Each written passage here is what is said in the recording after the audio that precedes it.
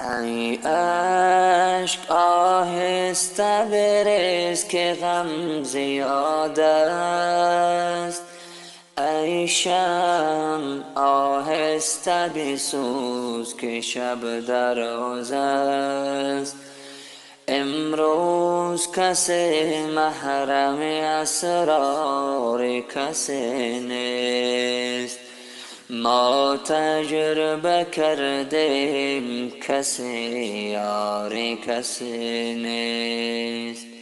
هر مرد شتردار اویسی قرنی نیست، هر شیشه گل رنگ عقیقی یمنی نیست، هر سنگ و گل گوهری نایاب نگردد، هر احمد و محمود رسولی مدنی نیست.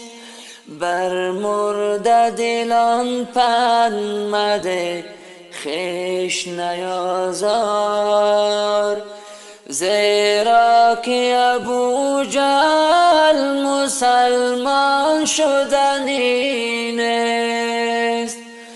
با مرد خدا پنجه میفکن چون امرود، این جسم خلیل است، این جسم خلیل است که آتش زدنی نیست.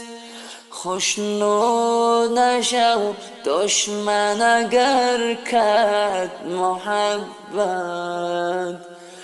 خندیدن جلاد ز شیرین سخنی نیست، خندیدن جلاد ز شیرین سخنی نیست.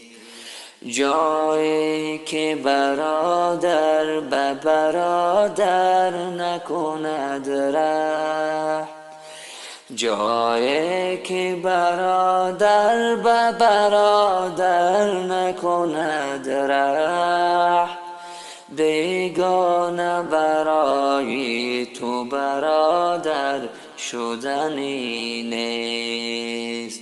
صبر اگر دایه به طفلی تو دهد شیر، غافل مشو ای دوست